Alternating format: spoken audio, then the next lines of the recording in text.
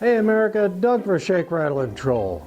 Everyone pretty much knows that if you voice a conservative opinion in Hollywood, you won't work again.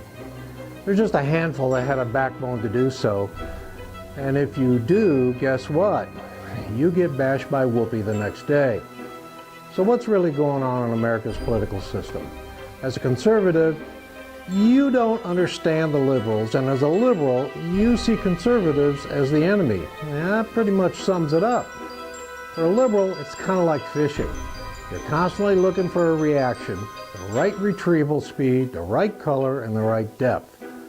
For the fisherman, you first have to be on fish for your presentation to work. And the analogy is spot on, since this is what Democrats do in the political arena. They join marches and attend the opposition's events and push their agendas. From the Revolutionary War to about 1980, Democrats pretty much dominated either the presidency and/or Congress, the Senate, or the judicial system. When we had a Republican president, nothing was gained because of the Democratic Congress or courts. But here comes Trump.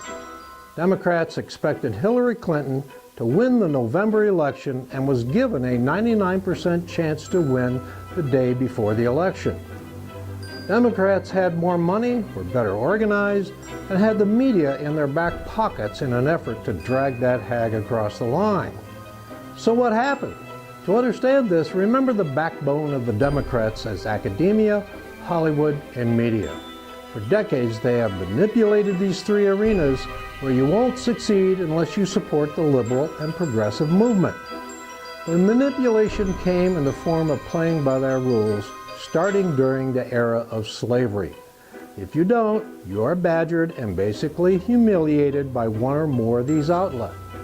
The definition of conservative was born out of the American Revolution, where government should be the enemy of your rights, and this was expressed in the Bill of Rights by each proclamation, starting with, "Congress shall pass no law." Liberals look at it as just the opposite, that government should protect your rights. This evolved over the years, since the Civil War by Democrats controlling the segregation movement, presidents like Wilson, FDR, and Johnson pushing entitlements and protection. This was all encapsulated under the umbrella of the progressive movement.